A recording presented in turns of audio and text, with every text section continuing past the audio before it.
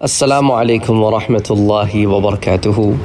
ایک اور بڑا کامن سا سوال جو اکثر لوگ کہتے ہیں کہ یہ جو آپ نے روایت پیش کی ہے نا ساتھ صاحب، یہ تو ضعیف روایت ہے، یہ آپ ضعیف روایت کیوں پیش کرتے ہیں؟ میرا بھائی ایک بات موٹی سی سمجھ لیں، یہ ہر مسئلے میں درجہ صحیح کی روایت مل جائے یا پیش کی جائے یہ ضروری ہے ہی نہیں۔ اچھا، بعض لوگ ایسے ہیں انہیں یہ بھی نہیں پتہ کہ درجہ صحیح اور درجہ ضعیف کے درمیان ایک درجہ حسن ہوتا ہے۔ انہیں درجہ حسن کی روایت اگر پیش کی جائے، اور یہ فضائل کی بات ہو رہی ہے، حرام حلال کے مسئلے بھی نہیں ہیں، عقیدے کا مسئلہ بھی نہیں ہے کہ بھئی جہاں درجہ صحیح ہی حجت ہو سکتی ہے اس کے علاوہ کوئی حدیث ہم لیں گے ہی نہیں، یہ مسئلہ فضائل کا ہے۔ کہتے بھائی یہ فضائل میں درجہ حسن کی روایت ہے، کہتے ہیں نہیں جی ہم صرف درجہ صحیح کی لیں گے۔ ایک عجیب جاہلانہ تھاٹ پروسیس ہے، جاہلانہ تھاٹ پروسیس ہے جو علماء و محدثین کے نزدیک تو کبھی بھی نہیں رہا۔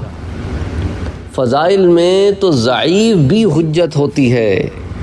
پتہ نہیں ان لوگوں کو کون پڑھاتا ہے، کہاں سے پڑھ کے آتے ہیں، انہیں کون بتاتا ہے، یا خود ہی ان کے دماغ میں یا اردو والا صحیح سمجھ لیتے ہیں کہ شاید صحیح کے علاوہ سب غلط ہے معاذ اللہ۔ اچھا، اور یہ جو درجہ صحیح ہے، درجہ حسن ہے، درجہ ضعیف ہے، یہ سارے درجات جو ہے یہ حدیث کے متن پر نہیں ہوتے، یہ حدیث کی سند پر ہوتے ہیں۔ اور سند کیا ہوتی ہے؟ یہ راوی جو ہوتے ہیں نا حدیث کے، ان کے اوپر جب جرح ہوتی ہے تو اس کے اندر پھر اس راویوں کی جو چین ہوتی ہے نا، جو کڑیاں ہوتی ہیں راویوں کی، ان پر بحث کے بعد پھر علماء و محدثین جو ہے خاص طور پر وہ اس طرح کے ان کو کیٹیگرائزیشن کرتے ہیں۔ تو اس لیے یہ میں آپ کو یہ بات بڑے واضح طور پر اچھی طریقے سے سمجھانا چاہتا ہوں کہ حدیث مبارکہ جب پیش کی جاتی ہے تو اس میں دیکھنا ہوگا کہ یہ حدیث کس مسئلے میں پیش کی جا رہی ہے۔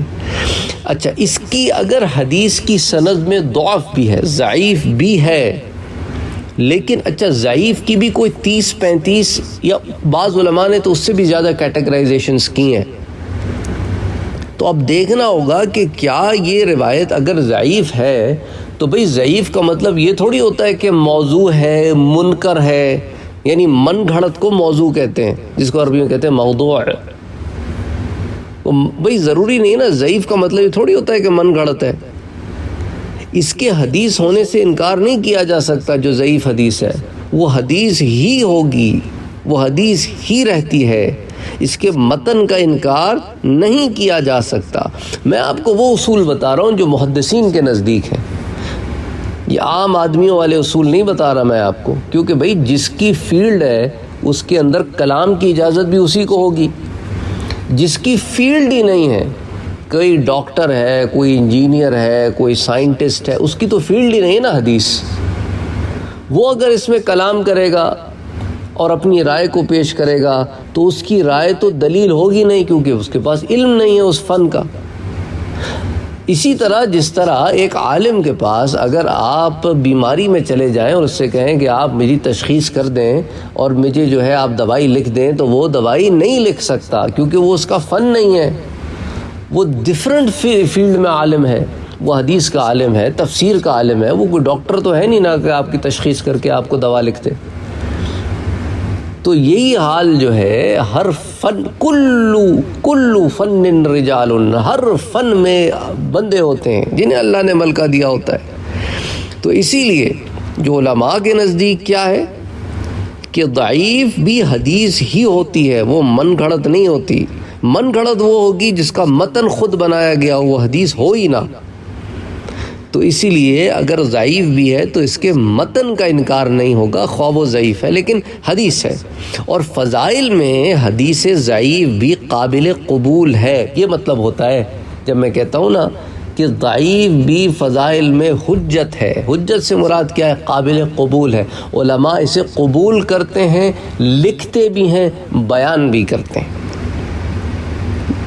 تو چونکہ کوئی فرض یا واجب تو ثابت کیا نہیں جا رہا، فضیلت کی بات ہے، تو جن لوگوں کو یہ پسند نہیں ہے کہ مسلمان اجر و ثواب کی امید مسلمانوں میں یہ چیز جگائی جائے، ایک امید جگائی جائے اجر و ثواب کی، وہ پھر اس طرح کی افواہیں پھیلا کر لوگوں کو پریشان کرتے ہیں کہ بھئی یہ ہم نہیں لیتے، ہم بھی تم نہ لو،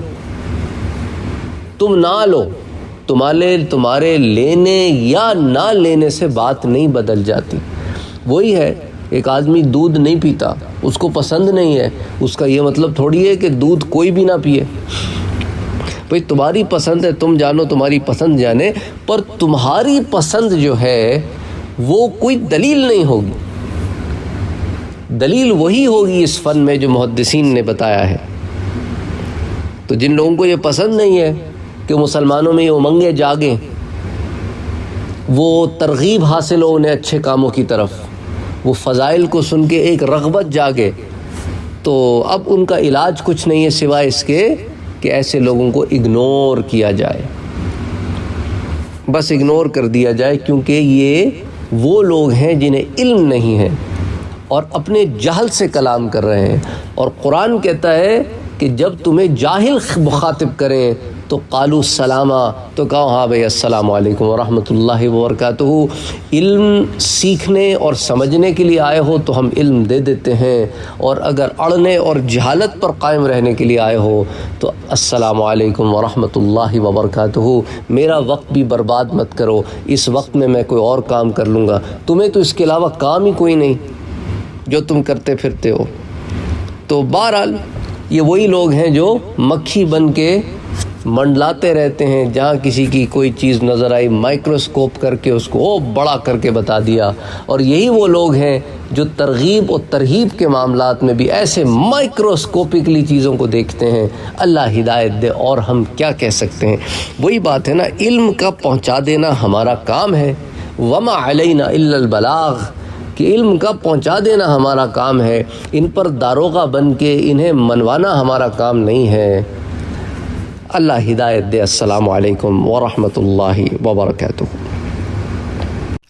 اور آپ کی سہولت کے لیے واٹس ایپ کا گروپ بھی بنا ہوا ہے اور ٹیلی گرام کا چینل بھی بنا ہوا ہے، دونوں کے لنکس ڈسکرپشن میں موجود ہیں۔ آپ کو ریمائنڈ کراتا چلوں کہ سید سعد قادری انگلش چینل ایک ہے، اور اسی طرح میں نے ابھی ریسنٹلی سید سعد قادری قرآن ریسیٹیشن کا چینل بھی لانچ کیا ہے۔ تو ان دونوں چینلز کو وزٹ کرنا، انہیں سبسکرائب کرنا، ان میں ویڈیوز دیکھنا نہ بھولیں۔ اگر آپ نے ابھی تک ہمارے چینل کو سبسکرائب نہیں کیا ہے تو سبسکرائب کا بٹن دبائیں، بیل کے آئیکن کو پریس کریں تاکہ آپ کو ریگولر نوٹیفیکیشن اپڈیٹس مل سکے اور آپ ہمیں ہمارے لائیو سیشنز میں بھی جوائن کر سکیں۔ ویڈیو پسند آنے کی صورت میں لائک، شیئر اور کمنٹ کرنا نہ بھولیں۔